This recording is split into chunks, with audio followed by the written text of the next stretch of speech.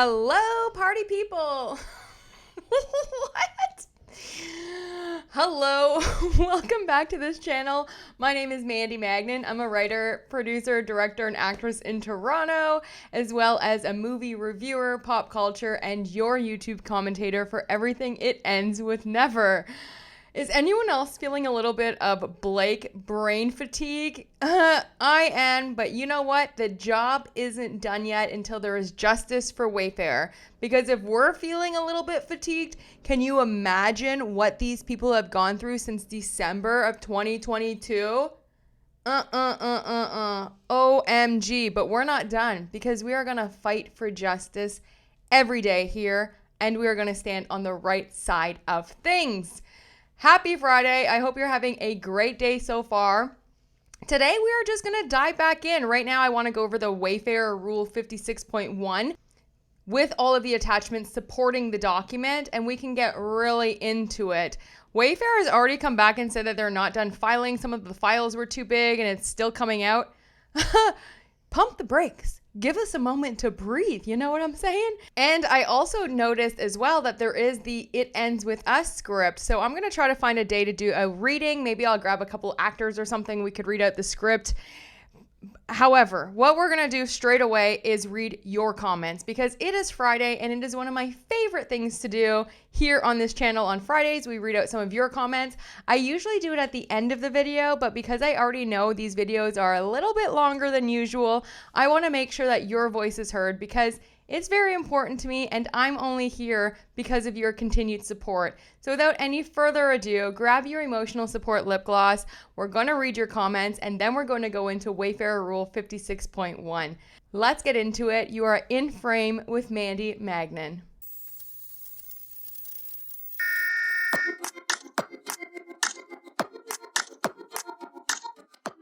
Okay, so already I hope that intro gets edited down a little bit, but we'll see. We'll see. I am actually rejoicing a little bit today in the knowing that this entire year, Blake Lively and Ryan Reynolds have been parading around the world. I mean, the SNL 50, the Time magazines, the cookie making, the baking, the Another Simple Favor world premiere all over the world, the Wrexham games, the everything's Gucci, we're perfect, we're great people, our lives are so great. The entire time they've been making this big show of it, this big mockery about the case, and Wayfarer has been sitting back, waiting, getting all of their things in order. While Blake Lively and Ryan Reynolds were around fronting to the world, Wayfarer was getting their case together. And it just brings me a little bit of joy to know that like the entire summer when Blake Lively was crashing out on the dockets, motions to compel, sanctions, subpoenas, sanctions, motions. And we were all like, Wayfarer, defend yourselves, do something. They had a plan, and it's been beautifully executed. I mean, if there's two people not to mess with, I've said this before, but it's Justin Baldoni and Candace Owens, because they come with receipts on receipts on receipts, and they weren't playing around. And this motion of summary judgment is absolutely... it's everything. It's literally everything. It's the contracts that weren't signed. It's the offer letters. It's the script. It's the text messages. It's the emails. And yet, we haven't even seen one single text messages from Blake Lively to anybody in her life talking about the treatment on set. You would think if she had those messages, I mean, for sure, if I'm going through a hard time, which I've gone through toxic workplace environments, I've gone through sexual harassment in the workplace, I'm not, you know what I'm saying? You're texting your bestie, you're texting your mom, you're texting your husband. So if that existed, we would have seen something. It would have been leaked. She would have put it in her second amended complaint. But there was nothing. The only thing we've seen so far is a text from Leslie Sloan to Ryan Reynolds that looks very planted, by the way, because she says, "Hi, it's Leslie." He didn't know it was you. It just is very bizarre. And yeah, I'm kind of like, I was thinking about it last night, and I was thinking, yeah, I'm wallowing wallowing a little bit in the satisfaction of knowing that Blake Lively was parading around this whole year, mocking the case, if you will, by her own actions yet again. And then Wayfarer went, checkmate. Anyway, let's get into your comments and then we'll get into the 56.1. Oh, you should also know, oh, it's going to be a good day, that Blake Lively is crushing it on Instagram too. She's posted maybe 6, 7, 8, I don't know how many, and I'm not going to show you because it's not worth it, all about her Blake Brown business and hair care and stuff, all in her stories. It's going off, okay? Okay, anyway, let's get into your comments. We're going to start with all the super thanks from the week. So this is from Victoria. I believe this was actually from the week before, so I'm so sorry, Victoria, but this is about Claire Ayub. Thanks. I get the sense that she was deliberately trying to bait him with the whole fashion line and merchandising angle, likely to create the impression that he was supportive of it. We all remember Blake Lively saying, grab your friends, wear your florals, while simultaneously promoting her alcohol brand during the film's publicity. I actually appreciated how he drew a clear line by saying, you're not doing a fashion line, effectively putting her in her place. What she seems to overlook is that DV and the type of film she made are fundamentally different. Launching a plus-size fashion line can be empowering and uplifting, especially for women who barely see themselves represented. But trivializing a story rooted in domestic violence by promoting alcohol and treating it like a romantic comedy diminishes its gravity and disrespects the subject matter. I absolutely agree. I think that was a weird thing for Claire to bring up. I fully believe that conversation was baited by Blake Lively until I see any evidence otherwise. And yeah, that was strange. Definitely. But there's a big difference, right? If you're doing a Barbie movie or if you're doing a summer blockbuster, yeah, of course. But when you're doing a movie as serious as DV and what it ends with us represented, especially to everyone that read the book, it comes with some gravity and some weight and some responsibility to the person in the movie who chooses a role like that. Another super thanks. Thank you so much at Lottie of Wales, who says, thank you, Mandy. I know how much work you're doing and I appreciate it. I love your channel. Thank you so much. I appreciate you guys just as much. Thank you so much. And the next super thanks was from at alpine.spirit. Thank you so much for your amazing reporting, Mandy. You're truly a sunshine. Your energy is incredible. We know this takes a lot of time, the research, recording, editing, everything. And we appreciate you so much for always showing up in such a good mood. Hugs, LOL, from Switzerland. From Toronto to Switzerland. OMG, the internet is a wild place. Thank you so much, Alpine. At Miss Jack 1204 wrote, so Blake anticipated litigation on May 23rd, but continued to meet with Justin alone and invite him to her trailer while pumping? Sure, Jan. Right? Her story is just crumbling. Like, none of it really makes sense. That's like, I mean, we can all see it for what it is, especially since the movie wrapped. Like, yeah, okay, she went back, finished phase 2, but then the way she clawed her way into the edit room is where I'm really like having an issue with it, as well as when you bring concerns up to your employer and then they immediately rectify it, the issue is resolved. And she thought it was resolved too, because even after the meeting, yeah, she was real tight with Justin still. At Laura Lee New 9227 commented, the smiles seen around the world. And I don't remember if this was from the Jennifer Abel dropping her Uno reverse card or if this was from the motion of summary judgment by Wayfarer, but either or, I just love this comment and it's so true. I mean, we've been waiting for this week to happen and it couldn't have happened any better. It started with Jennifer Abel and it's definitely going to end with justice for Wayfarer. At Jan0626 wrote, great job, Mandy, and bravo to Abel's attorney. Seems like JonesWorks not only should be responsible, they violated their agreement with Wayfarer by providing the text messages to Blake and the New York Times for creating negative press. Wow, how stupid can you be to bite the hand that pays you and to try and sue an employee you hired and managed? Once again, I hope justice is served for all and the guilty parties have to suffer the consequences of their wrongdoing. Well, y'all know how I feel about Stephanie motherfucking Jones.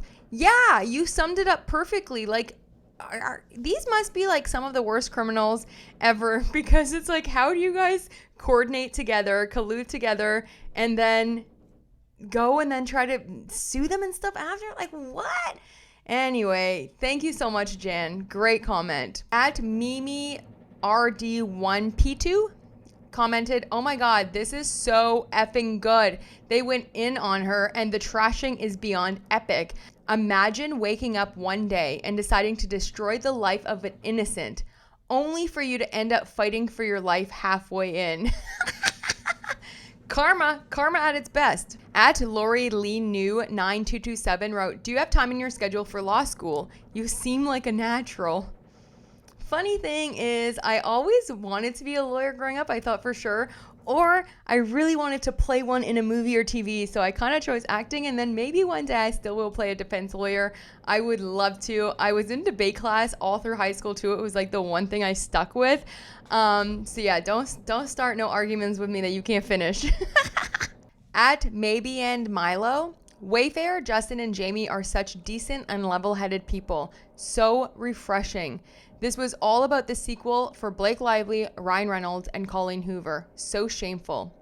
Absolutely. I mean, you can just tell the way they communicate their feelings, the way they've talked. I mean, even this whole entire time, and you still can't find any bad text that Justin said about Blake, even in his private text messages. The only bad thing he has said so far is that Blake is a woman who always thinks she's right. My oh my, look at us here today. At Twinkletoes83 wrote, man, if we all had a friend like Steve, the world would be a much better place. I love his brutal honesty and how passionate he is about defending the truth. All of these men are amazing. We need more people like this in general. They are the textbook definition of integrity. Absolutely. And even after covering everything from Wayfarer and learning about their faith and just learning so much more about them. I mean, I have followed Justin Baldoni since Jane the Virgin. So I used to watch the Man Enough podcast. I like really, truly am inspired by the work that they do. And now I'm just even more inspired to be even more kind and open and loving. And they truly, truly, truly just seem like really incredible people. And we've got to know them more on such a personal level now through this case, reading all of their private emails and text messages. It feels like bad to be like into their private stuff, but it really highlights their integrity and really just who they are as people at the end of the day. At Copper Mountain 32 wrote, woo, why the cleavage? Pretty sure insecure Ryan and her were having marital problems and she lied to him, making Ryan fight for her, but nothing happened. She had a safe space and respectful cast and crew. Baldoni was not into her provocative, conceited ways, and you could tell he did not like her. Basically, Ryan Reynolds and Blake Lively are a narcissistic couple with an unhealthy marriage, fights at home and fights on set. Takeover of a movie. I mean, we could just stop right there, Copper. You know what I mean? You just... Exactly. At Nitpick1985 said, I mean, they did say in the group chat that it was almost like you were there. When you do videos on the motion summary judgment, very much welcome your professional acting, producer, and directorial take. Well, they're coming. This is part 3. But also, yeah, the fact that I made it into the docket and they were watching my TikToks, it just makes me still so happy to this day. And last but not least, at Christina_99 said, you need a lip gloss sponsor or you need to make your own. It's coming, baby. All in due time, I hope. It's coming. It's coming. Thank you so much. Again, thank you so much for all of your comments and your continued support. Let's get into it. Now, I am going to try my best in order to skip past what we went through with the memorandum of summary judgment, just because we don't need to know the background of Wayfarer as well as who Justin Baldoni is, etc., because we should already know that at that point. And if you haven't seen the memorandum in support of the motions for summary judgment, definitely go check the video out. It's part 1 of this series. The fact that Colleen was working hand in hand with Justin Baldoni since 2019, February of 2019, and decided to trade in that close friendship for Blake Lively makes me sick. And what's great about motions of summary judgment is it has to come with actual evidence and facts need to be presented for every statement that they make. So unlike just the motions or the lawsuits or the CRD complaints, this actually has to come with evidence, which is brilliant. However, it does say about Colleen Hoover that she was writing to Justin Baldoni and she said, you get the book, and based on the magnificent adaptation you did of 5 Feet Apart, I'm confident you can do this book justice and that our visions will align. And then she was also the one to tell Justin Baldoni that she wanted him to play the role of Ryle. Wayfarer partners with No More, and it is redacted here how much they gave them. I mean, how much of a percentage it was in the film that they gave them, but they did give them up to $600,000 from the film, which is like so incredible. I mean, that should already speak for itself. Although Wayfarer and its employees provided some admin, legal, and operational support to It Ends With Us movie on the film, that is common in the film industry, and It Ends With Us movie paid Wayfarer a certain amount of money for those services pursuant to the terms of the Wayfarer co-financing agreement with Sony Pictures subsidiary Columbia. Beyond providing some financing, Sarowitz was not involved in the production of the film, and he did not supervise or manage anyone at Wayfarer Studios during the filming of It Ends With Us. Any of the depositions that are filed that are not from Wayfarer parties, meaning all of the PR, so we have Melissa Nathan, Jennifer Abel, as well as we do have, of course, the men of Wayfarer's deposition, which I read last night. Anybody else's, including Jenny Slade, Ange Giannotti, everybody, Isabella Ferrer, those are all still filed under seal. And of course, all of Blake's communications are as well. Lively committed to a role with adult and sexual themes. The book It Ends With Us was well known for sexual content, and that is from Angie Giannotti's own deposition. Now at 20, it is blacked out and it is from Blake Lively's deposition, but I wonder if it's her admitting to not reading the book. In or about December 2022, after having met with Baldoni, Lively accepted an offer to play the film's female lead, Lily Bloom. Yeah, of course she did, because she met Justin Baldoni. In mid-December 2022, Amin Mezian, a Wayfarer's vice president of business and legal affairs, sent Lively's reps a draft offer letter setting out the basic parameters under which Lively would agree to perform the role of Lily Bloom in the film. As in standard in the film industry, the proposed agreement for Lively's services was not between Lively herself or Wayfarer. The agreement's intended parties were It Ends With Us Movie and Blakel Inc., Lively's loan-out entity. A loan-out entity is a corporation formed around one individual, typically for tax purposes, which then loans the services of the individual for a fee. This is very important because she never brought It Ends With Us movie on, and actually it was her own reps that made them change it from Wayfarer to It Ends With Us movie in her contract that she eventually never even signed. What I find quite humorous, though, is that she still did sign her escrow agreement in order to get those payments, though, right? She still wanted that 1.75 million or whatever it was, 1 point whatever million. Yeah, she was okay signing that escrow agreement, definitely. But, you know, the other contracts, why bother? Oh, there it is. Yes, it's 1.75 million. So yeah, they were good to like set that all of that up, you know, but then when it comes to the actual contracts, it's going to really come down to these contracts as well. And I'll try to get into that at the end. But what they're going off and what Lively has been going off is the offer letter. The offer letter is a contract, but the offer letter was just that, a short form offer letter. What they wanted signed was the long form agreement that they were still going back and forth on even after the movie had done in 2024. Now, in the long form contract, there are stipulations there about what you are able to sue for example, when it comes to monetary losses, as well as retaliation. The retaliation was in her 17-point list of demands, so she also can't use that as her loan out agreement. There was a specific full loan out agreement that was supposed to be signed and what they were working under. So she's kind of in a really tough place here when it actually comes to the contracts and what's in the contracts, which we talked about a little bit in part 1. But that's where I think her lawyers right now are trying to probably find some loophole or twist inside of the binding contract that eventually was never even signed. So, the offer letter was finalized in early May 2023. As discussed below, the offer letter was expressly provided that full execution of a long-form agreement regarding the terms of Lively's engagement was a condition precedent to It Ends With Us movie's obligations to Lively thereunder. No long-form agreement as described in the offer letter was ever executed by the parties. They do talk about the script that Lively reviewed included scenes of sexual intimacy, intimate partner violence, and attempted sexual assault. So what was so different in any of the rewrites? I'm very interested to know, and that's coming from everyone's deposition, and we actually now have the original screenplay that was written. Something changed between Lively, and I think it has a lot to do with Ryan Reynolds. The freaking audacity on this actor. Y'all, just let Wayfarer know I'm here, ready, willing, and able, okay? And I'll do it for way less than $2 million to work on a film.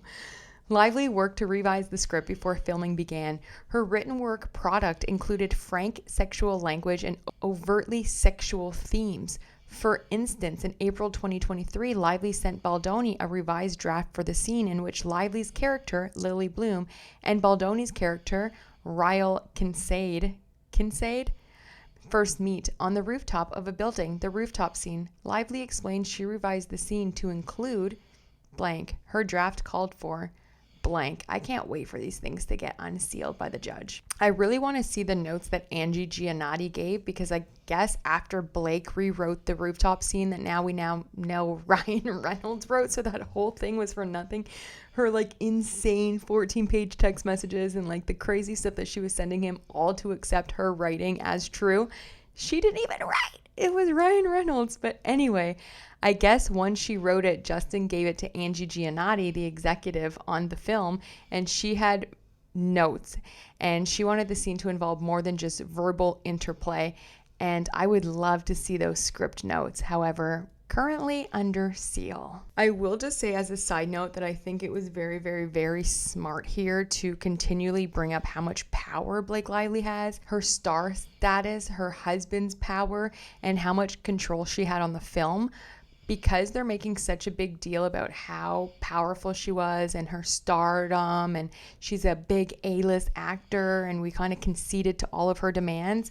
Blake Lively will then have to agree with that, right? Or shoot herself in the foot a little bit and deny it, therefore denying that she's actually a big deal, which I think will completely crush her ego. You feel me? I don't think she'll ever say that she's not the Beyonce of Hollywood.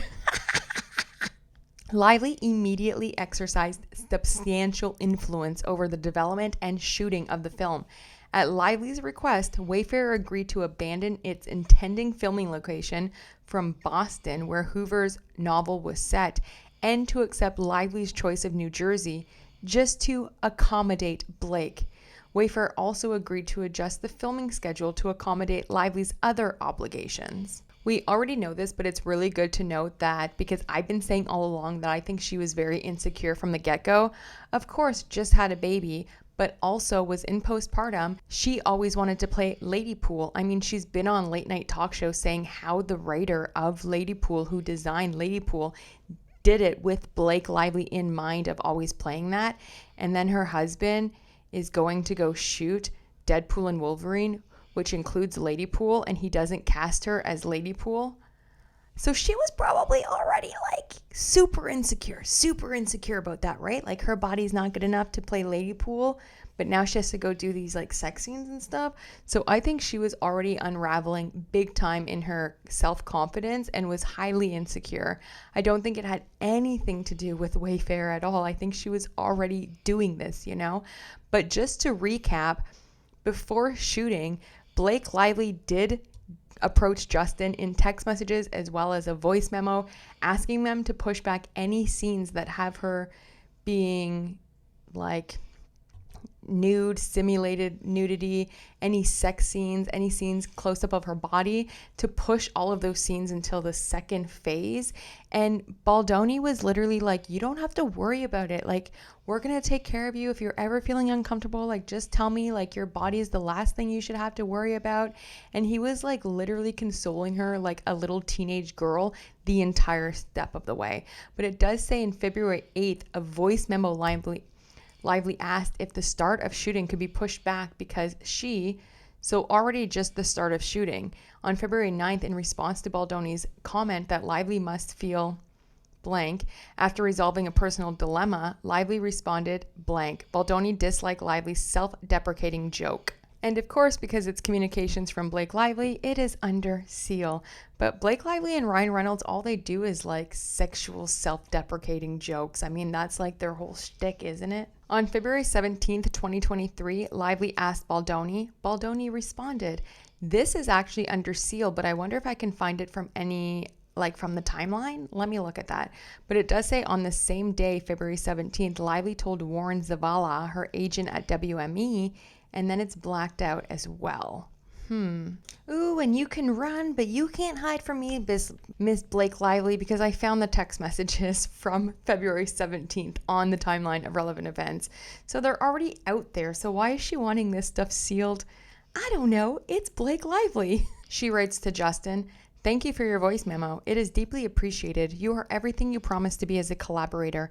Thank you.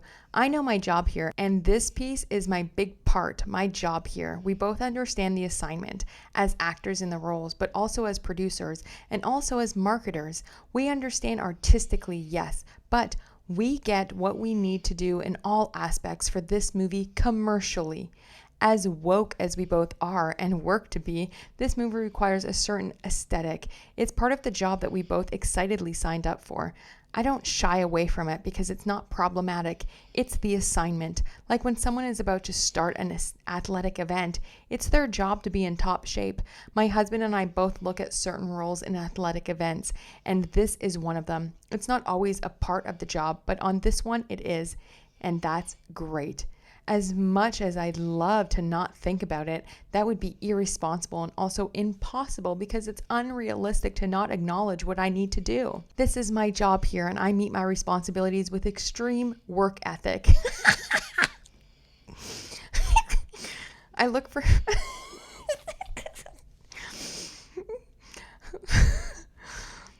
I look for solutions to achieve my high goals instead of lowering my goals. We all win when we're each firing at our highest capabilities, and you and I both are, and will continue to. I just need as much time as possible because I just had my 4th baby. I understand that you'll never personally know all the nuances and challenges unless you lived this physical moment in time. I'm in with this physical road ahead, so having your understanding and support to help me pull this off is critical and very, very appreciative, not just in my experience now, but also healing from experiences past. So thank you. We are going to kill it and be so fit they have to Lola us to look less banging. Is this bitch okay? Then she writes, "Kicking ass, but it's still a ton of work with a ton of time. What's the chance we can do body scenes at the end of the schedule?" This whole text is so manipulative. It's crazy. Then he says, "I'm sure you are. Honestly, there's 1 billion moving parts, so schedule right now I just turned into the rewrite and they are so hard at work. So much of it comes down to locations and the other cast availability, etc. So to be really honest, I have no clue. I want you to know you will look amazing. Anything you are insecure about, we will talk through and get creative together and make you comfortable. I just don't want you to stress about your body. It's the last thing you need. As soon as I have a rough schedule that's even remotely accurate, I'll share it and make sure the team keeps this in mind as well." Thank you for your voice memo. It's deeply appreciated. So yes, it might be redacted in here, but not for me. In a February 18th, 2023 message to Baldoni, Lively wrote, "That's not in the timeline." Before filming began, Lively used famous friends to press Baldoni to accept her revisions to the script. On April 8th, 2023, Lively sent Baldoni her proposed revisions to the rooftop scene in which two main characters first meet. Of course, this is the infamous text messages where she's writing just the craziest thing to him. I love a sparkle pass, da-da-da-da-da. The meet cute scene is to me the most important scene in the movie. Sets the tone and needs to feel extra special. You okay if I play around with some of the dialogue to give it a bit more urgency and fun and send it to you? It'll affect some of your lines too if I switch out some of hers. But anyways, we can amp their verbal ping pong volley. I think we'll be cooking with gas, right? Reel the audience in and make them fall desperately in love with these two. Then when the other shoe drops, ouch, the audience will be devastated. Anyway, he's like, yeah, okay, sure, yeah, that sounds great. And then she says, you're the absolute best. Thank you. And what you did inspired me. I love what we're going to do. I can send you my pass at the roof or just read it with you when we get together next week. Let me know what you prefer. Smiley face. If you knew me in person longer, you'd have a sense of how flirty and yummy the ball busting would play. It's my love language, spicy and playfully bold, but never with teeth. And him serving it right back to her is just as important. You don't usually see both the man and the woman with such agency and humor. Anyways, I can act it out for you next week just to make sure it comes through. Or I can send now. Let me know what you prefer. XX. Then he literally replies with a picture of him crying, saying, sorry, was just crying my eyes out as my kids and family just left for another 5 weeks and it was a shit show. He did not respond to any of her advances or flirting ever. And then you want to say on set that's when he took the chance to repeatedly sexually harass you? Oh, well, also insulting you and fat shaming you. Right. The way the story goes is then Justin Baldoni was like, yeah, it's great. Send it by. They went back and forth for a bit with the scene. And then he was just like, yeah, okay, I like it. He added that he blank. Lively explained that blank. I mean, the fact that she got them to redact it when it's all in the timeline of relevant events. But anyway, she wrote, Happy Easter. What do you think of the pages? And now, I don't know if they're going to get into everything that happened about that rooftop scene. I'm sure they will because he was literally ambushed by Taylor Swift and somebody else and Ryan Reynolds. But if they don't, I'll fill you in. We move on, I guess. We're moving on from there. Defendants took steps to create a safe set prior to filming. Wayfarer has a set of industry standard policies and procedures in place to prevent harassment, discrimination, and retaliation. They have their own Wayfarer handbook. All Wayfarer studio employees, officers, principals, agents, workers, and reps are prohibited from engaging in unlawful discrimination, harassment, and/or retaliation. The anti-harassment policy also applies to vendors, customers, independent contractors, unpaid interns, volunteers, persons providing services to the contract, and any other persons employees may come into contact with through the course of their work. Wayfarer also has a complaint process to address alleged incidents of harassment, discrimination, and/or retaliation. Wayfarer encourages reporting of all perceived incidences of discrimination or harassment. Wayfarer has an HR department headed by Cynthia Barnes Slater. Wayfarer employees are required to participate in workplace harassment training. Baldoni participated in training approximately every 2 years. Lively was not under no obligation to engage in any nude or simulated sex scenes without her consent. The offer letter provided that Lively would not perform any nudity simulated sex without her prior written consent and execution of a formal nudity rider. In April 2023, before filming even began, It Ends With Us movie hired Elizabeth Talbot to serve as the intimacy coordinator for the set. On April 5th, Baldoni wrote to Lively, and then that's redacted. But we found it. He says here, just hired intimacy coordinator who I love. Will set you up, meet FaceTime with her next week for intro. Blake Lively liked that comment, but then said, I feel good. I can meet her when we start. Thank you though. And then Justin Baldoni messaged a producer saying, just wanted to let you know about this. Seems she doesn't want to meet intimacy coordinator until we start, which may mess up the workflow, but I can still meet with her, of course. The producer says, That's fine. If she doesn't want to meet with her now, you'll just have to walk her through what you and blank are thinking, which I'm sure that's Liz, right? Elizabeth Talbot, the intimacy coordinator. And now we know that the producer that he was texting about not wanting to meet with the intimacy coordinator is Alex Sachs. And Justin doesn't end up liking Alex Sachs at the end because he said some things about her, like good for her and all of that stuff. So, you know, she also made a choice in this to not support Wayfarer, whose movie it was. Like, I can't believe everyone picked the star. And over money. It's all about money. It's so crazy the things that people will do to their morality when it comes to making an extra couple of dollars, especially these people already have a lot of money, right? Ew. On May 4th, 2023, before any filming had begun and months before any shooting of the film's intimate scenes would take place, the intimacy coordinator considered the content of anticipated intimate scenes and suggested details and clarifications to both Baldoni and Heath, while expressing concerns of the scene were becoming too PG-13 as compared to the more explicit scenes in the book.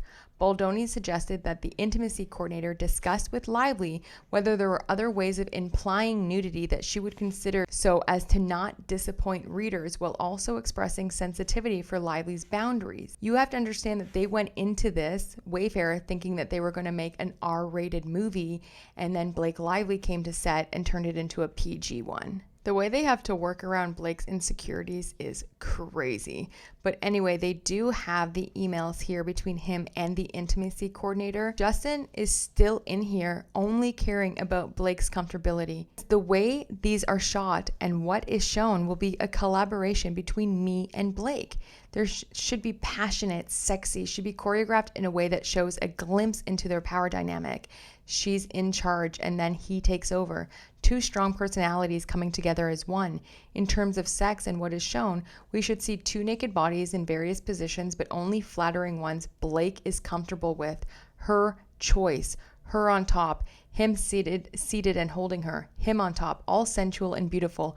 No nipple. We should be able to go wide for orientation, and the majority of the work should be in close-ups and 50-50s. I imagine side boob and outline of butt in close-ups if she is comfortable. I am fine showing my butt, female gaze, ha. There will be pelvis movement, but no orgasm, no oral sex. Hands should be able to caress various body types. If Blake is comfortable showing Ryle kissing her belly and then leaving frame for a moment and then staying on her face, I think something women would like to see, but also fine not doing it, as I know oral sex was something off limits, but wasn't sure about the implied oral sex. This is bananas. Act your fucking scene or don't do it. If you're not comfortable, don't take on a part like this.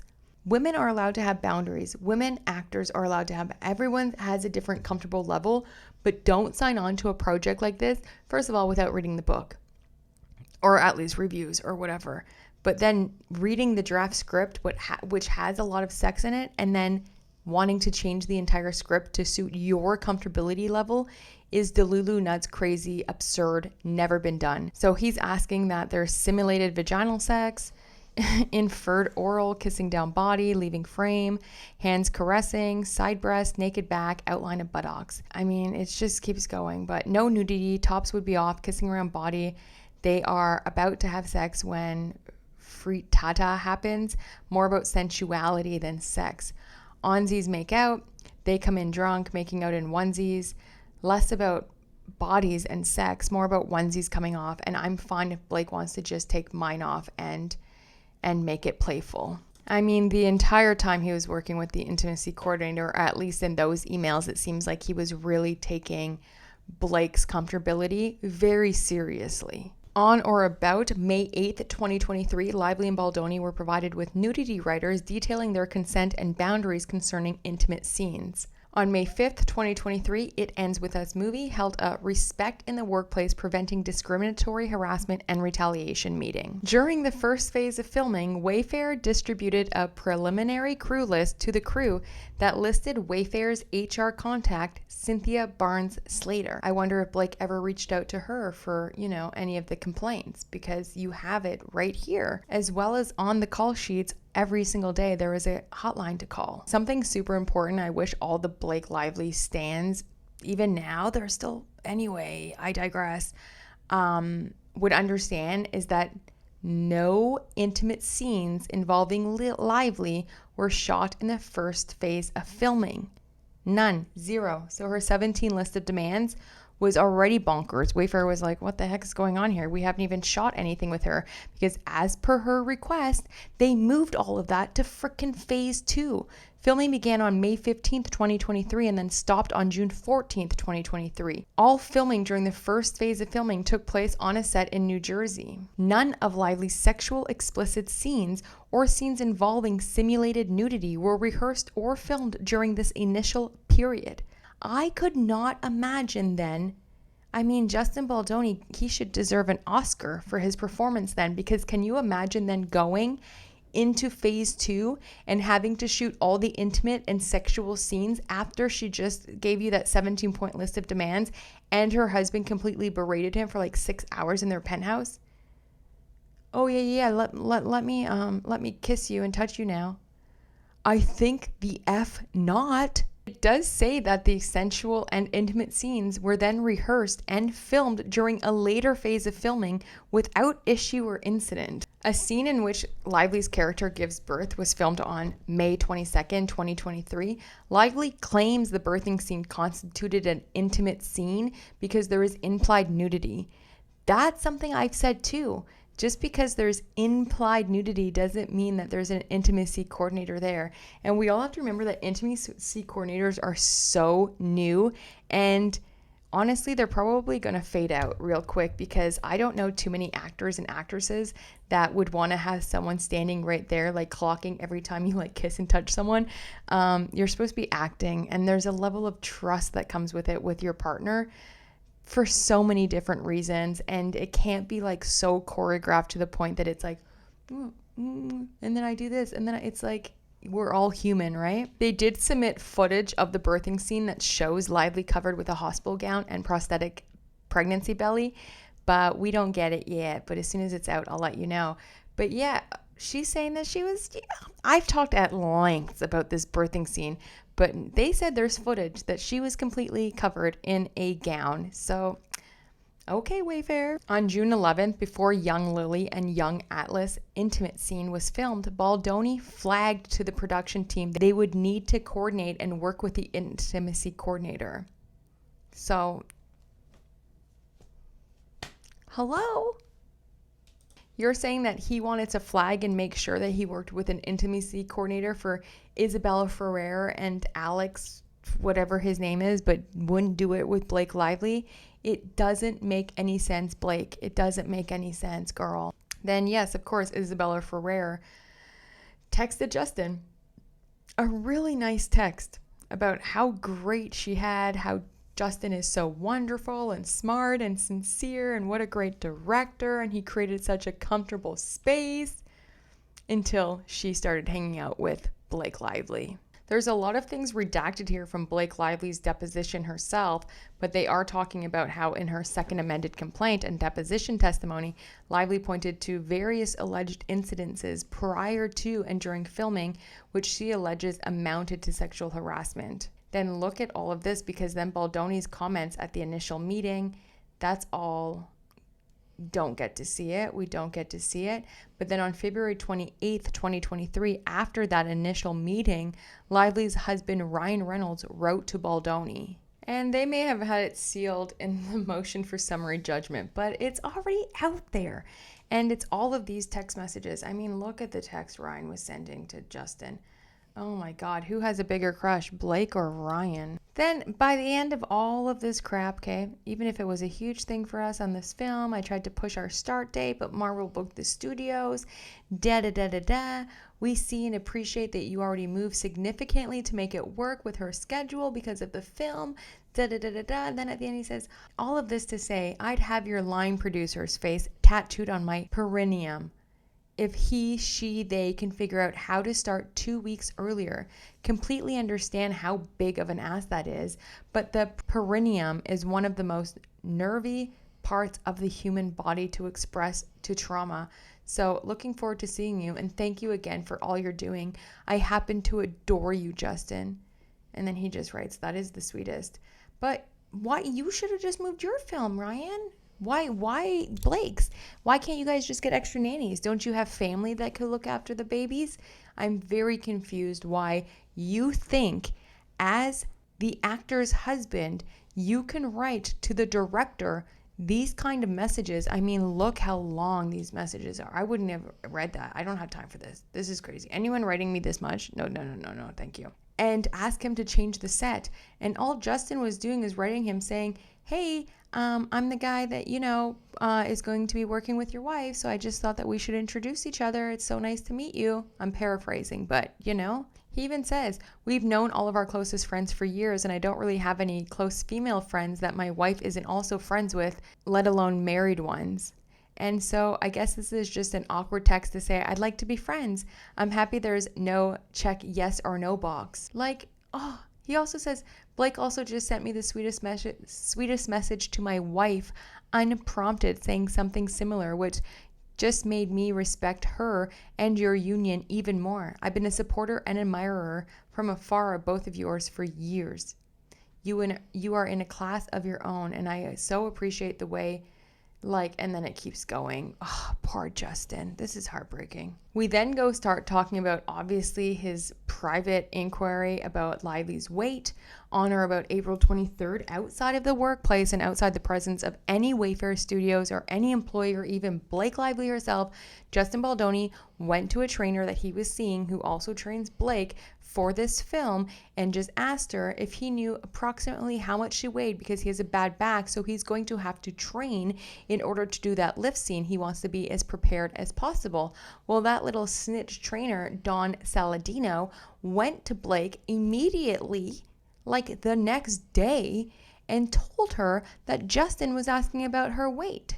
Why? Don't you also have some kind of privacy ethic codes to all your clients, meaning that if one of your clients asks you something, you can't go to your other client and tell them? Ew. And then Ryan and Blake tried to come back and say that lift scene wasn't even ever in the script ever. That's what they were feeding us, that lie, that he made that entire thing up because there was no lift scene. But actually, the evidence shows that Baldoni included a scene in the film as late as December 28th, 2023, 5 months before going to camera. Justin never, ever made a comment about Lively like that in her presence or in the presence of any cast or crew on the set. On or about April 25th, 2023, Baldoni met Lively at her apartment. Lively's husband, Ryan Reynolds, and 2 other famous friends were there. Reynolds chastised Baldoni for commenting on a woman's weight. 2 famous friends, huh? Could it be Hugh Jackman and Sean Levy?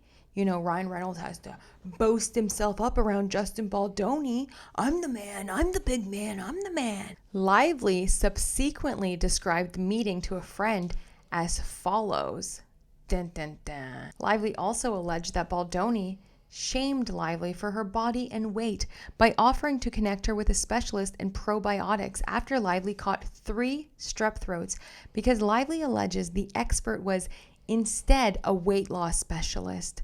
Lively has not offered any admissible evidence supporting her claim. She did not discuss it during her deposition, and she has not produced any documentary evidence indicating that the expert was a weight loss specialist. Documentary evidence shows that Baldoni discussed Lively's illness with a specialist and not her weight. You have Justin here saying Blake, co-star, is breastfeeding and had to take antibiotics for strep throat. Her second round. Could you recommend a probiotic gut rebuilder I can send her? Establishing some goodwill. I'm telling her about you. Of course. No, poor thing. She will want to have to take the trifecta of the 3. I recommend for 3 times as long as she wants on the antibiotic. Do you want me to send them to you there? This is super important as it will mess the baby's microbiome too. We used to use a baby probiotic that was powder form that you could mix with a tiny bit of express breast milk. make a paste with it and put it directly on the breast so that when the baby would breastfeed, they would take in that probiotic too. And I can send instructions for that as well. Justin, if she's open, would you be willing to do a call with her today? I'll pay for it. I'm building my rapport with her, so I want to be as helpful as possible. Of course, I am back to back until 2 p.m., but after that I can make it happen if needed. You rock. Can you send me a text with what you wrote above the above and the links? I mean, he was just trying so hard to get Blake Lively to respect him and trust him. Then there's these texts from Angie Giannotti. This is after the meeting. Angie says, ring me when you can. Then we don't see what happens. I think this was like a voice memo. Losing service. I'll do everything I can to shoot an R-rated film. Gotcha. Okay. I will update Sony. You are going to try and get as much tasteful hot sex as you can and decide in post if it's PG-13 or R. I am going to set up meeting with our ratings board head Monday or Tuesday. You find out if you are PG-13. Will Colleen be okay? And does she think her readers will be okay? And look for alts for fucks, etc. But I need to know if I can say I want to fuck you. It's so important. Not having that in there would kill it. And then she says, also, can you guys fit in swimming or no room with strong oak thing? These fans quite keep swimming on everything. What the heck does that say, Angie? I don't understand your messaging. You're sounding like Stephanie motherfucking Jones, all broken. Wednesday for meeting, tech scout Monday and Tuesday. I know. I don't know how. Well, your day ends as much later than us. I will ask Jamie to set. We will figure it out. Figured it out by just firing her. That's what I would have done. Replaced. Goodbye. The addition of sex scenes to the script in late April 2023 before filming began, Sony executive Angie Giannotti encouraged Baldoni to shoot an R-rated film to reflect the content of the book. Then again in May, Baldoni is working with the intimacy coordinator and he tries to get the intimacy coordinator to please work with Lively to determine how to portray more intimacy in a manner consistent with Lively's personal boundaries and preferences. So much of Lively's deposition is redacted. I mean, obviously all of it, but even if this goes to court, girl, we're going to hear your testimony on the stand. So either tell us now or let us find out later. Or maybe she's thinking that it will never get out because she's just going to drop it. I don't know. Who knows? Such discussions took place in the context of planning and choreographing a sex scene. Lively first volunteered her own personal experience before Baldoni shared his. We go now into Justin Baldoni's deposition at one part of it anyway. Okay, you hugged Miss Lively on multiple occasions on the set, right? Yes. Every day? Objection. No. How many times would you estimate that I hugged Miss Lively? On the set. So not outside of the set environment, but at work on the set. Objection. Are these things... I'm so sorry. Sorry, are these hugs that I initiated or these hugs that I was a recipient of? You can characterize it however you'd like. I just want to be as accurate in my testimony as possible. Okay, as it relates to the hugging, that was my question. That was the question, which one? You can include hugs that you believe you initiated and hugs you believe Miss Lively initiated. Objection. Like lump them all together? Sure, your best estimate. Okay, number of times? Objection. Maybe a greeting and an exit, so at the most, maybe again. I don't know. I don't know. That's my answer. That's my answer to you, Mr. Gottlieb. I don't know. Fair enough. And when you don't know, that's what I always want your answer to be. I don't know. Do you know who Vivian Baker is? Vivian Baker is Miss Lively's makeup artist, I believe. Do you know what she testified under oath in this case? I assume her testimony would be under oath. Do you know that she testified under oath in this case? Yes. Are you aware that she testified that there was a culture of hugging on the set of It Ends With Us? I am now. Are you aware that she said that made a number of people uncomfortable? I find that odd. You find that odd? Why? Because Miss Baker was often the one that would run up and give me a hug. And because of that, you find it odd that she testified that a number of people felt uncomfortable with the culture of hugging on the set of It Ends With Us? Correct. Do you remember earlier when you testified about the hot tub? You're referring to what? Sexually harassed? When you were sexually harassed in the hot tub. We're all here because of hugging? Okay, if you don't want to hug someone, don't hug someone. It wasn't like a requirement on set. And then we skip all the way down to page 174. He's saying, as written in the script, as the two climax at the same time, they lock eyes and cannot help but smile, baffled that they found each other. Yes? Whose idea was it to add the two climax at the same time? Christy Hall. And when did she communicate that to you? We did it. We were writing together. We were in a room in my office. We were specifically working on a lot of the sex scenes. And go ahead. And we were writing a movie that was filled with romance and lust and intimacy and sex. And again, these are all outlines, right? So a script has far less description than a book. So you have It Ends With Us, which has a ton of pages and very detailed description of various scenes so that you can paint a picture in your mind. And all writers do, which I learned a lot of in the process. Then it skips. Conversations with Miss Lively about the scene in which you discussed you and your wife. Objection. I remember a conversation not discussing a scene where I brought my wife up, yes. And what do you recall bringing up? The day before I had a meeting with the intimacy coordinator to go over ideas for all of these scenes, I wrote down a bunch of notes from that meeting. The following day, I had a meeting on set with Miss Lively to specifically talk about the sex scenes. That was the actual point of the meeting. In that meeting, I read through and walked through the notes that I had discussed with the intimacy coordinator. One of them was an idea that had come up where Ryle and Lily were making love. Lily had climaxed or had an orgasm, to speak frankly here, and Ryle did not. And the idea is the intimacy coordinator and I were talking about things that women have not seen on camera yet, things that would be unique, that would be attractive to the female gaze, which was the purpose of the meeting. The idea that Ryle would then stop and say, just watching you was enough, or I'm good, or something like that. When I shared that with Miss Lively, she then made it personal and said, oh God, that would mortify me if that happened to me. To which then I responded as one does, because when you're two grown adults with children who are married in the context of talking about sex scenes with a movie that you're making with a person who is understanding that, there are going to be sex scenes in a book based with a lot of sex in it. The only thing you really have to share are personal experiences. So I said, oh, well, some of the most beautiful moments had been when that happened with me and my wife. And that was it. So you were interested in shooting the scene from the female gaze? I was interested in shooting all the sex scenes from the female gaze. Did Miss Lively have a female gaze? I would imagine so if she's a female. Do you believe she had one? Of course. Do you believe that that gaze was important in incorporating ideas about how these various scenes should be shot?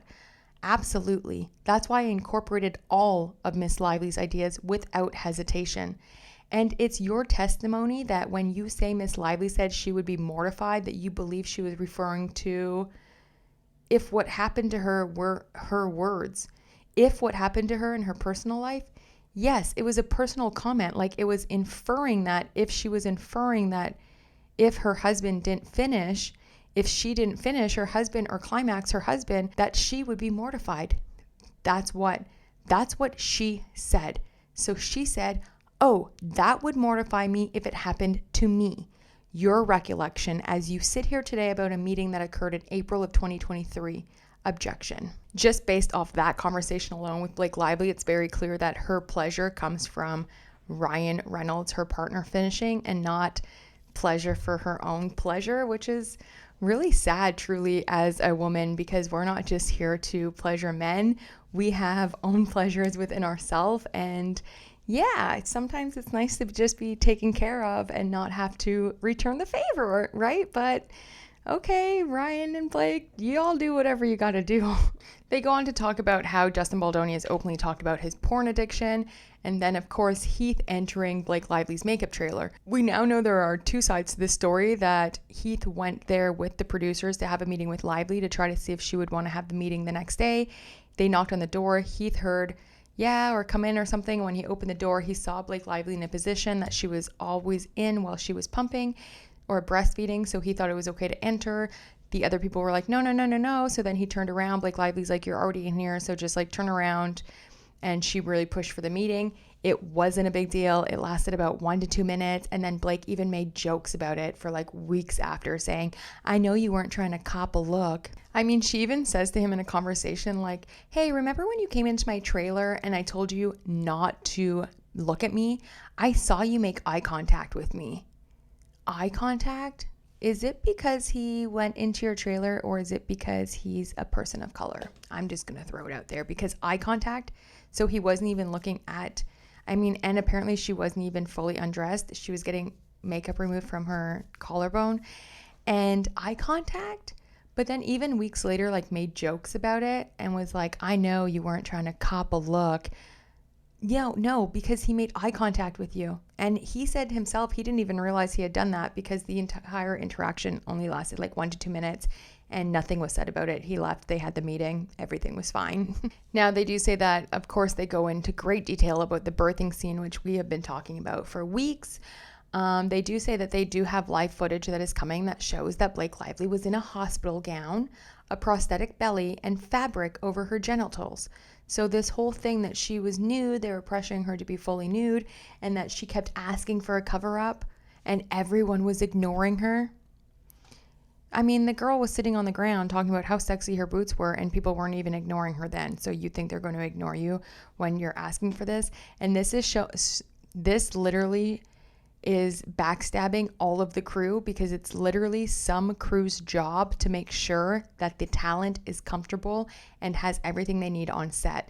So the way that she's just throwing everyone under the bus here is very distasteful. They talk about the actor that was hired. He was a union actor. He's an extremely talented, well-trained actor. Probably if you take all the training Ryan Reynolds, Blake Lively has done, and her sister Robin Lively, and put it together, Adam Munshin, the actor that was hired to play the doctor, probably has more training than all of them combined. Then she also tried to say that Steve Sturrett was there because she was going to have her legs in stirrups, and he was like, I wasn't even there during that scene. He popped in that day on set for less than an hour or something. And Steve Sturrett and this Adam Munshin are friends, I guess. They talked even after he did the scene. And Adam just said it was a really positive experience. It's a great day on set. So if there were problems with Blake Lively on the set that day, don't you think the doctor who was playing the OBGYN would have said to Steve something about her behavior or how chaotic it was, or repeat any of the same things that Blake Lively now claims? No, hello, When Steve Sturrett did go on set during his first set visit, he spoke to Brendan Sklenar, because Brendan Sklenar had reached out saying how great of a time he's having on set. And even on set during that time, he was praising Justin Baldoni for his directing, praising Wayfarer, and saying how he had been just treated so good in general and how he loved being on this set. He also met with Blake Lively, which is very funny, for only a minute or two, and it was a very friendly meeting, and she did not voice any complaints to him. And now we have the complaint to Jenny the Man Beater Slate. On or about May 18th, 2023, Baldoni commented that actor Jenny Slate looked sexy in her character's wardrobe, which included black leather pants. And it's in everyone's deposition. Slate's deposition, Alex Sachs's, and Justin Baldoni's. He made this comment in the presence of others during the course of their work on the film, as well as in front of his wife. There's something happening with Brendan Sklenar as well, but we don't get that information yet. But the lawyer says, so if somebody said that they heard you say that, your under oath testimony would be they are mistaken. My under oath testimony is that I don't believe I ever said anything to that effect to Brendan Sklenar. Did you say to Miss Slate when you made the sexy comment that you could say that because your wife was there? Objection. My recollection of the sexy comment was that it was all kind of said in one sentence. And what was that one sentence? Miss Slate walked in. As a director, I was doing whatever I was doing, getting the set ready. I looked over to her. She was wearing, I believe, black leather pants, which was designed to, I'm sure, look sexy. And without thinking, I said something to the effect of, oh wow, those pants look sexy on you. And my memory, if it serves me correctly, and my wife was in the room nearby, and I think in my head I was like, oh. Video footage of the incident shows Lively was fully dressed in an oversized fleece onesie at the time, that numerous actors and crew were also present and engaged ongoing work at time, that Baldoni's facial expression was neutral and not ogling or suggestive, and that after Baldoni apologized if his remark was inappropriate, Lively responded by saying, all good. And there is video of that, which I will play for you. Somebody lock it up. Toothpick, please. Viv, do you have a toothpick? Yeah, right here. Thank you.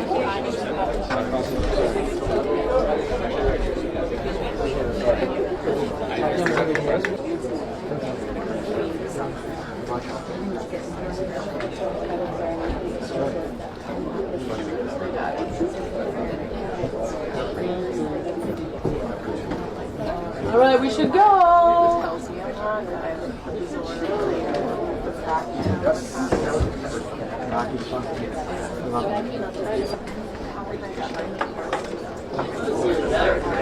I think Blake Lively was more mad about him asking for a toothpick for her and pointing out an imperfection than she was anything else. Then they go into the birthing scene, which again, we've all talked about. I mean, not the birthing scene, but the home birth. Lively and Heath also had a conversation about this pornography video where Blake said to him, "Yo, I thought you were showing me porn." And Jamie was like, "Whoa, what? No.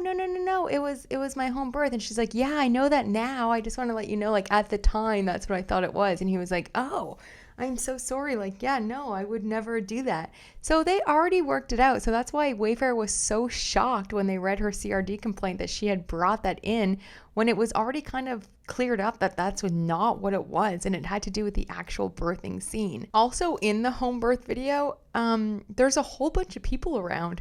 It's like all of his family and stuff, so that's kind of weird too. This is crazy interesting. Do you remember Blake Lively alleging that when she was in the car with Justin Baldoni, he was going on about consent and da-da-da, and how he never asked for, consent before in the past, and that the driver got out and told Blake that, "I never want to see you with him alone again"?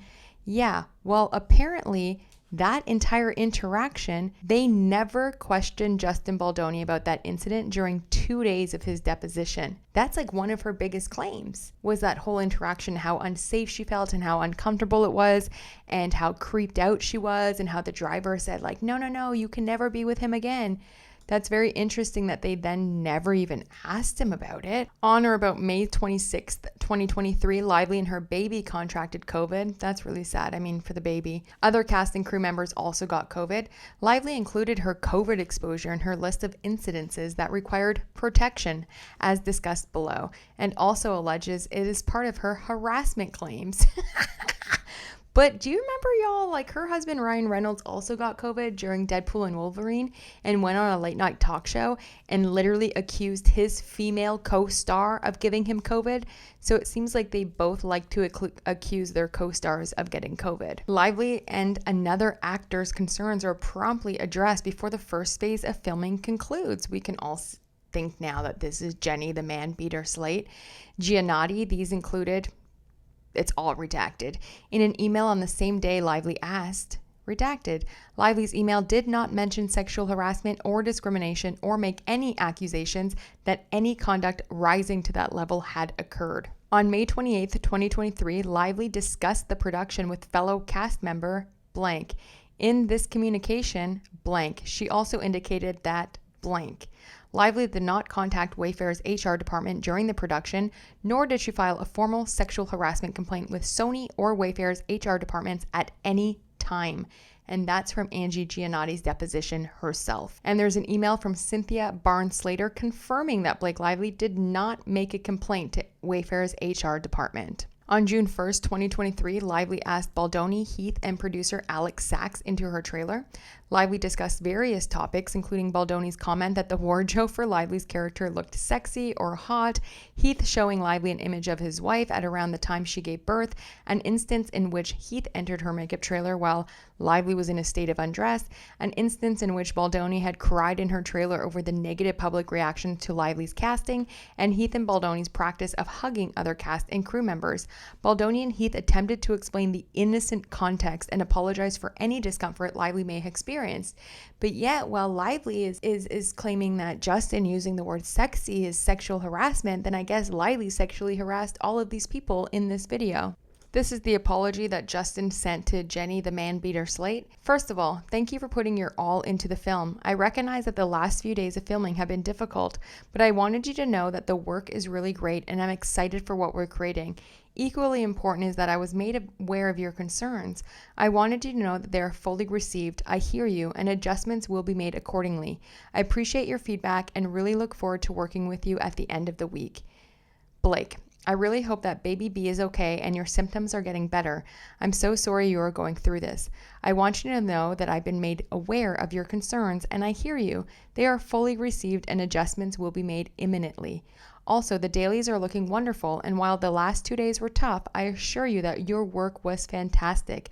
I truly believe you are creating one of the most honest performances that will have a long-lasting and powerful impact.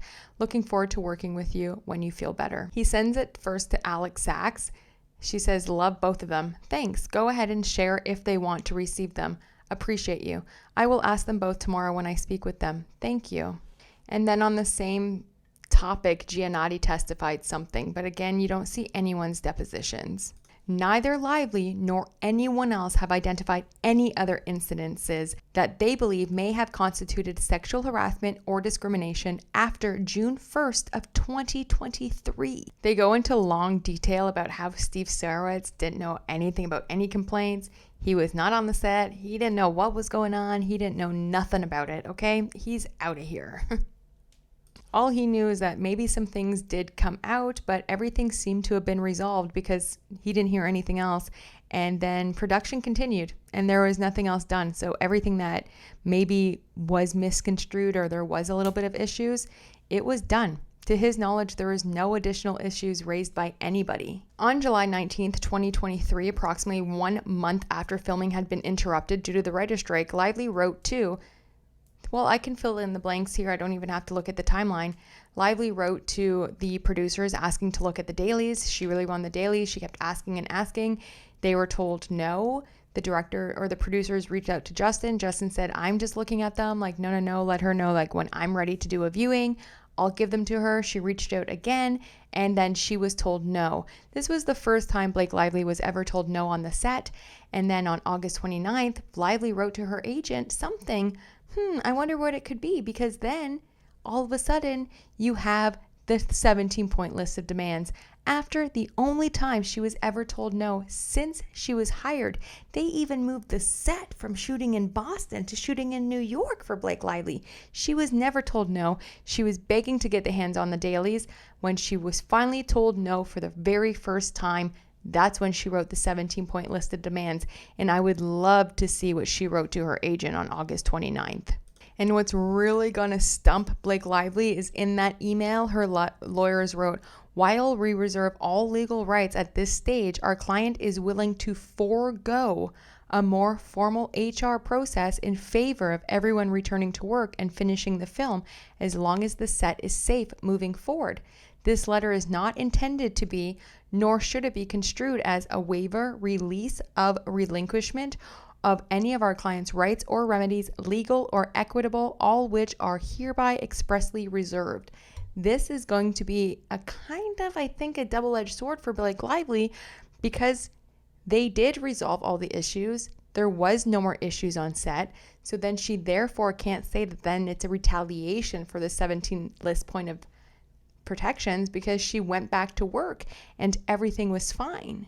They're claiming that a lot of the things that were on the list were already in place, like the intimacy coordinator, like the intimacy coordinator on set during intimate scenes, like, anything involving a close set during sex or nudity scenes. Like, all of this stuff had already been there, and they were still a little bit confused because Blake Lively hadn't done any intimate scenes yet.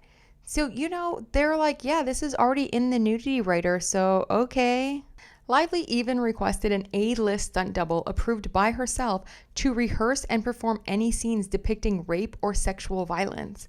So you don't even want to rehearse it, but then when you just hope that when you fill in for your body double, that you're just going to be able to do the exact same actions without rehearsal. Isn't the point of having an intimacy coordinator there so that you can rehearse it to make sure that when you're good to go to camera? I mean, none of it really truly makes sense to me, and it's very aggravating.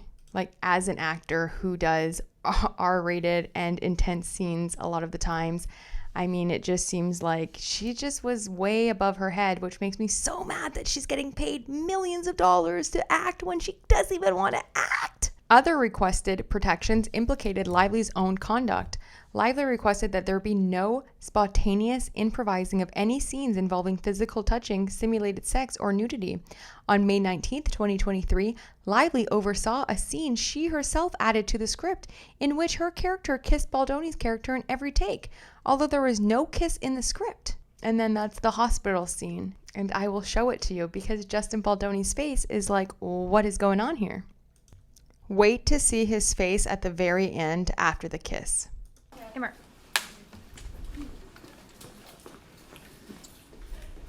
Camera set.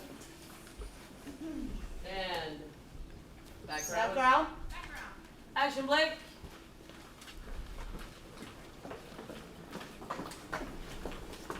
June. I promise you, you have absolutely nothing to be scared of, okay?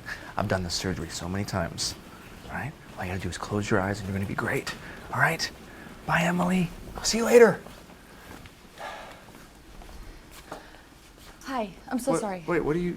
No, I just, Is everything okay? Yeah, you forgot this. Wait, what? Kiss. No, babe, this isn't mine. I know, I know. He stays on her. I happen to love you, too. In character, he doesn't break the scene, which they're supposed to do.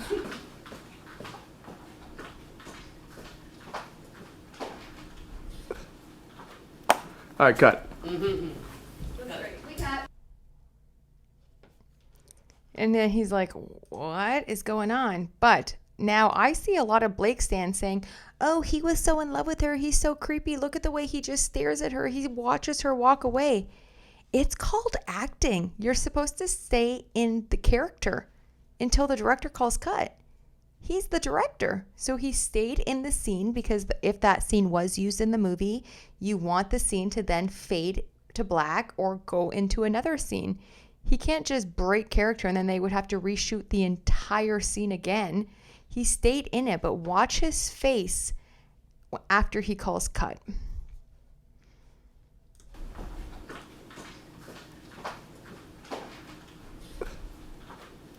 All right, cut. He's thinking, oh boy. Lively requested that no comments be made concerning her physical, personal appearance, but then you have a whole bunch of places in which she did it herself, right? On one occasion, Lively advocated. We don't see exactly what it is, but you can imagine. I mean, it's Blake Lively. I mean, she was writing to him how sexy she wanted her character to be and da-da-da-da-da. And we all saw the scene where she's sitting on the ground, you know, in front of the crew, talking about how sexy her boots are. Lively also commented on the physical appearance of other actors in connection with the project, both before and after issuing these demands. When discussing one potential actor in the film with Baldoni on March 29th, 2023, Lively said that she was meeting blank. When discussing the marketing of the film in May 2024, Lively wrote to a younger male cast member, ooh, I wonder what she said to him. Because, you know, that could be sexual harassment by Blake Lively's logic. Lively requested that there'd be no physical touching, including hugging. But her on-set person and her employees, Lively requested that there be no physical touching, including hugging, of herself, her on-set personnel, and of her employees. But Lively herself had initiated hugs with Baldoni, as had several members of her staff. More broadly, all staff members had engaged in large, who knows what that says, maybe it's group hugs or something. A producer on the film observed that, and then that's Alex Sachs. Video footage shows Baldoni hugging male members of the cast and crew as well, not just women. No, I got you. Hopefully, you asked the right one.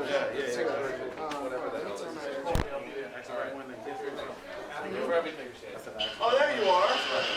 Yes, you did. Okay. You're awesome. Bro, you were amazing.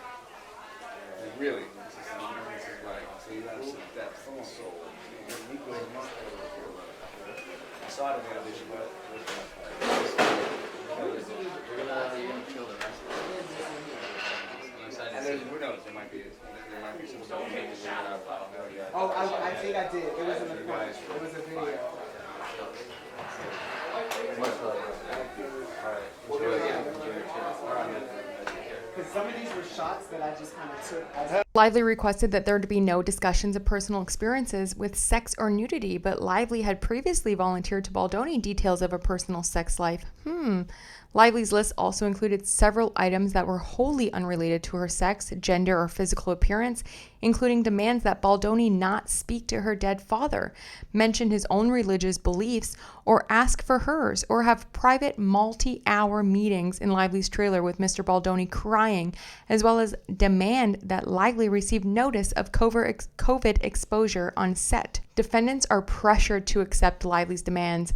On November 11th, Magnan explained to Lively's representatives that certain of the 17 protections were not viable. But we all know the story, right? They tried to change it.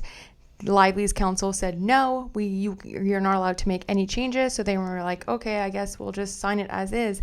They knew as soon as she presented that list of demands what she was trying to do, and she was trying to corner them. And like Steve Sarrett said in his deposition, job well done, because then she held a knife to our throats for the entire rest of the shoot. On December 15th, Lively's counsel sent Magnan a draft side letter, a draft of what Lively's first amended complaint refers to as the contract writer agreement. In an accompanying email, Lively's counsel stated that the draft side letter, and then it's blank. Following further negotiations, claims Giannotti in her deposition, on or about January 19th, 2024, Heath, acting on behalf of It Ends With Us movie, signed the CRA as a writer to the long-form agreement that was contemplated in the offer letter, and then a true and correct copy of that is filed. The parties to the draft CRA were It Ends With Us movie and Blakel Inc. The CRA contained provisions stating there shall be no retaliation of any kind against artists for raising concerns about the conduct described in this letter or for these requirements. Any changes in attitude, sarcasm, marginalization, or other negative behavior, either on set or otherwise, including during publicity and promotional work, as a result of these requests, is retaliatory and unacceptable, and it will be met with immediate action. The CRA expressly stated that it reflected additional terms and conditions which shall be deemed incorporated into. The first whereas clause of the CRA states that the parties wish to confirm the conditions under which lender has agreed to cause artists to render acting services on the picture following the break in production of the picture related to the 2023 WGA and SAG-AFTRA labor strikes. The CRA did not contain any provisions embodying a promise that Lively would forego or delay any claim against any party. At the time the CRA was executed, no long-form agreement had been signed, nor had the terms for any long-form agreement been finalized. The CRA did not include any admission or acknowledgement of improper conduct, or that any of the conduct prohibited by the writer had even occurred. Wayfarer Studios was not a party to the CRA. Right, it was It Ends With Us movie, but yet now she's suing. Okay, gotcha. Lively was not provided any evidence that the compensation she received for her work was reduced following her demands for protections. Following Lively's insistence on a list of protections and the execution of the CRA, her role in the production and involvement of the film was not constrained or diminished in any way. Instead, Lively's control over the film continued to expand. On December 28th, 2023, Baldoni wrote that although he was angry and upset about letting Blake take over a film and rewrite a movie we spent years developing, writing, and funding, I am waving the white flag and submitting. I am going to give her 98% of what she wants. And this is from Justin Baldoni to Jamie Heath. And it looks like everyone else is redacted, but it says, this is what I'm sending. Hey team, I have added in Chris Surgeon, our AD here, to have eyes on this so he can digest at the same time as all of you. I've spent the better half of the last few days trying to figure this out. Everyone knows how I feel about all this and how angry I am that the system is so broken it's letting Blake take over a film and rewrite a movie we spent years developing, writing, and funding. So yes, I am furious and sad, but but I will continue to get up with a goal of getting us to the finish line. I have come to terms with the fact that the only way out of this is through. I am waving the white flag and submitting. I am going to give her 98% of what she wants. I'm sure none of us have the energy to fight anymore. The team who has been working their ass off needs a shooting script by January 2nd. So here's where we are. There are minor things I did to each scene, some I made notes on, and tiny ones I didn't. Most of what I touched is below. The big issues are going to be intimacy, how and what we are shooting for those scenes, and how this script is going to be presented to her, and with what notes. To that end, we all need to get on the phone and talk through it at the risk of something innocuous or not meeting her standards could and would very likely to be used against me, as it already has been. And creativity is impossible in an environment shrouded in fear. By now, we all know what she is capable of. The rest of the notes below, we need to walk through together. Let me know when we can all hop on a Zoom tomorrow. I am hopeful we can find a path forward together, but we must now act as one. And now this is just the text that he was sending to Jamie Heath. Jamie Heath was like, maybe change this a little bit. They're like, thank you. He was like, I'm just so mad. And I'm also going to CC John Logan on it so he can have eyes from our side and let him know, please, and hope you're feeling better. Jamie Heath says, thank you. I will. You too. I love you. Check email and at urgent care for the next bit. Don't think I'll make it. Everything is fine. Urgent care for who? And then it cuts off. Lively and her husband make additional demands during a meeting at her home. This will be the last thing because now we are halfway in. So this will be part 3, the finishing of part 3. We'll end it up on a bang with Mr. Ryan Reynolds going absolutely crazy. And then for the next video, we'll just finish it up for now. On January 4th, 2024, Lively, Baldoni, Heath, and others met at Lively's apartment. At Lively's request, says Ange Giannotti. There's a whole bunch of depositions there. We don't get to see them. During the meeting, Lively read a longer list of demands off her phone. In addition to the protections discussed above, these demands appear to refer to several incidences that Lively had raised previously, including Baldoni's reference to circumcision in their first meeting, his discreet inquiry about her weight in April of 2023, so almost a year before, and the events that she had discussed in June of 2023, such as the birthing video she was shown by Heath and Baldoni's references to his prior porn addiction, as well as insinuations that defendants needed to be told not to discuss personal experiences with sex or make sexual comments to female cast or crew. Lively also demanded that Baldoni not speak to her dead father, mention his own religious beliefs, or have private multi-hour meeting in Lively's trailer with Mr. Baldoni crying. Lively also demanded notice of COVID exposures. Although the attendees were stunned by the nature of the meeting, they made efforts to assuage Lively's anger through neither Heath nor Baldoni admitting any wrongdoing. So they really tried to make a really negative situation like a little bit better, I guess. I mean, how are all of these people here and allowing Ryan and Blake to act like this? To me is already like, what's going on? Like, if you see something, say something. Saritz was not present at the meeting that took place in New York on January 4th. He does not recall exactly what he learned about the meeting. Saritz recalls speaking to Baldoni about the meeting at some point in time, but does not know the exact day that they spoke. Saritz was never aware that anyone ever referred to this meeting as an HR complaints meeting. Saritz is aware that Lively sent a list of demands for her return to work, which were honored. Saritz has no knowledge that anyone at Wayfarer Studios committed any of the acts implied in the list of demands. And he also understood that Wayfarer Studios acceded to Lively's list of demands under duress and with a caveat saying that the studio did not necessarily agree with the demands. Around that time, Lively provided her list of demands. Reps from Wayfarer Studios spoke to counsel, who advised that there was no events that they felt would require an investigation. So they spoke to Wayfarer counsel, and the counsel for Wayfarer said that there's no reason to file an investigation because this isn't harassment or sexual harassment. These are just like minor things that you can just fix and move on. In a revision of blank, Lively explained that she was trying to blank in her revised scene blank. Later the characters are described as blank. In another December 2023 revision, Lively directed Baldoni's character to say, ooh, I wonder what it is. Then we get to the second stage of filming, which is a really good time for us to take a break. But I do want to go back to this January 4th meeting because there's text from Justin Baldoni, and not to end it on a sad note, but let's just see what his text said after this meeting. This was text messages between Justin and a bunch of other people, including Rainn Wilson, who was also on Empire Waste with Claire Ayub. But these were text messages, I guess, maybe, and Adam Munshin. It seems like all of these people, they all share like the same religion. So I think that's why they're so close. Rainn says, any update, brothers? Sorry for not giving an update. Last night was one of the hardest nights of my life. It's hard to describe what happened exactly. The only way to describe it is an ambush. I had no words. I couldn't formulate sentences. My brain was trying to defend itself when they were needing me to apologize for all the ways I have fucked up and made her feel unsafe. Ryan was talking to me like a 5-year-old and scolding me. They essentially said that Jamie and I are not who we claim to be, and that for us to have a podcast is unsafe because it makes people feel like we are safe. I was read from a phone all of the things that I did.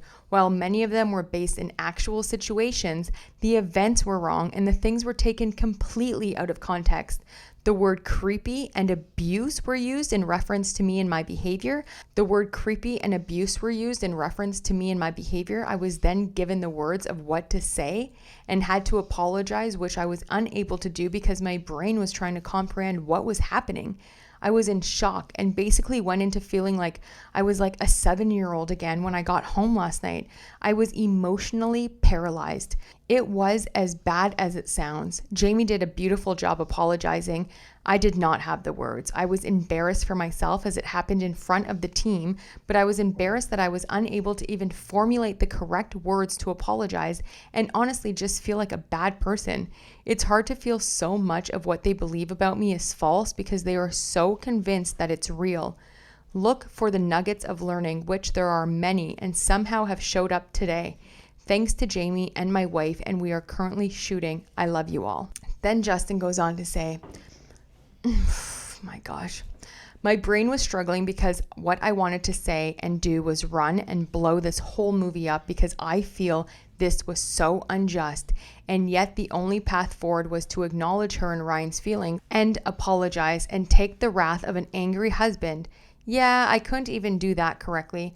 I prayed and prayed and prayed for the words and it didn't come, and I felt so abandoned by God in that moment.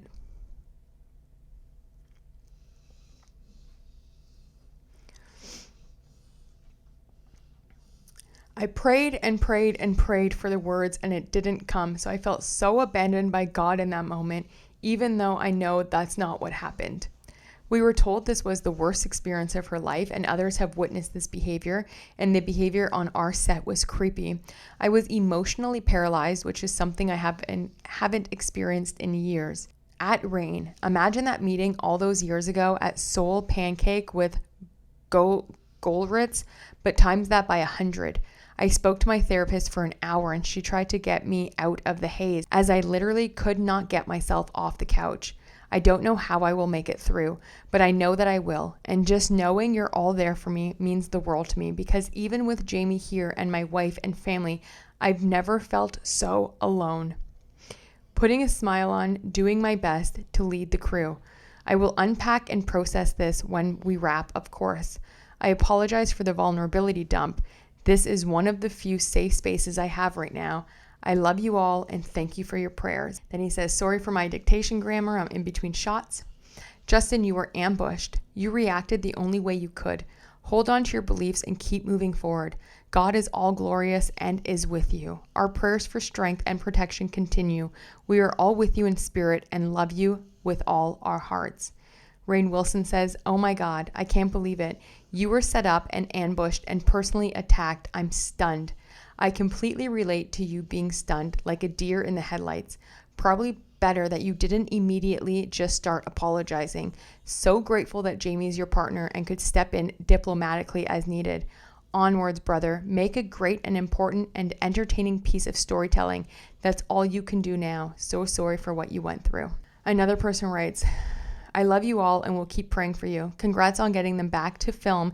And even though you feel like you have been through war, God answers all of our prayers, just not in ways that you are obvious to at the time. You have many friends who love you and you are connected to your soul. Love you so much. You both are freaking warriors. Warriors, yeah, I would say, hello, oh my gosh. They've been through so much. Can you believe that they've been fighting Blake since December of 2022? We're into 2025, okay? And I just keep racking my brain. If Ryan Reynolds, that we now know is such a complete psychopath and a sociopath with massive anger problems like that, how is he at home with his wife and children? If he can't control himself in a meeting, what is he like every other day? Honestly, I mean, he's been hiding it for a very long time. I don't know why in the first place Ryan was there. If you think of a lot of Blake stans and Blake supporters are like, oh my God, but imagine if this was in an office setting and they just went up and showed a home birthing video. Okay, imagine this was an office setting and an employee had their husband come in and berate the CEO and the general manager of the office multiple times. Do you think that employee would still work there, or do you think there would be a restraining order and they would be fired? Ryan Reynolds had no business with his grimy little hands on the script doing rewrites. He had no business looking at the dailies. He had no business berating the boss of the movie, not his boss, his wife's boss. He had no business in any of those meetings, and especially attacking someone and berating them for 5 to 6 hours. But you know what? It's tiny man syndrome. He has to big and boast and like, oh yeah, I'm it, right? It feels so good, right, Ryan? Putting other people down, yelling at other people that you know aren't going to stand up for themselves and attack you back. It feels good, huh? I would love to see you come up to someone who is actually going to defend themselves to your face. This is the most cowardly, disgusting, it's just so gross to think about. And you had no business being there in the first place. It's always the men who go after other people that they know will not stand up to them. But you know what? Wayfarer is standing up to both of you now, aren't they? As well as Stephanie motherfucking Jones and Leslie Sloan and the New York Times and everyone else and WME and everyone else that they can. Because all of you are in this together, and it's absolutely disgusting that Sony allowed this to happen, continued to allow it to happen, and other people were in the room. 2 other famous people were in the room when Ryan Reynolds decided to attack Justin for the first time. No one decided to say anything. Does his money run so far deep into your pockets that you're scared to even speak up for what's right? If I'm walking down the street and I see a stranger being berated by another stranger, I say something. Do you know what I mean? What kind of people are you? It's absolutely vile. And I am so happy that Wayfarer is finally standing up to you bullies, because you pushed them too far. You should have just walked away after the PR, called it quits, and let it lie. But now we know you. We know everything about you, Ryan Reynolds and Blake Lively, and it's not good. This behavior is absolutely ludicrous. I've never seen anything in my life. And now we know that ever since Wayfarer filed back and we got the truth of what happened, crickets in Hollywood. Not one person has come to the defense of Blake Lively and Justin Baldoni. But you know who has started to speak up? Actresses. A lot of famous actresses talking about how they don't like intimacy coordinators. One good example was Jennifer Lawrence, who just did a film, which I saw last week. She said she doesn't want an intimacy coordinator, and a lot of other actresses are saying the same thing. And I wonder why. Because Blake Lively in such a movie like this, to bring it all the way here, unbelievable. The unprofessionalism, the ego, the absolute just monsters. Like, there's no other word for me to describe these people except monsters. And it's just such a shame, because Wayfarer couldn't be any more loving and kind and open. And it's just like, ew, that's who you decide to step on?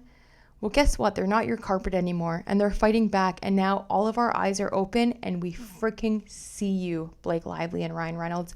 We see you. Okay, well, that's it for today. That's part 3. Sorry, that text messaging, I mean, everything, it just breaks my heart in that one. Those last text messages, especially with Justin Baldoni saying that he was looking for God for the answers and he felt like God in that moment abandoned him. Crazy. But I hope you're all having a good night. I was supposed to go live tonight, but I had a lot of technical difficulties, and I really want to get this information out to you. So the live will be tomorrow at 2 p.m. Saturday, 2 p.m. EST. And yeah, we'll go from there. So enjoy part 3. Drop all your comments. Let me know what you think. And as always, it was a very great pleasure. And as always, it was amazing being here with you. I love you so much. Thank you for your continued support on this channel. Y'all totally mean the world to me, and I mean that from like literally the bottom of my soul, okay? I love you so much. I'll talk to you soon. Bye. Oh, and happy Thanksgiving to all my American friends if I don't see you for the rest of the weekend. Happy Thanksgiving. Bye.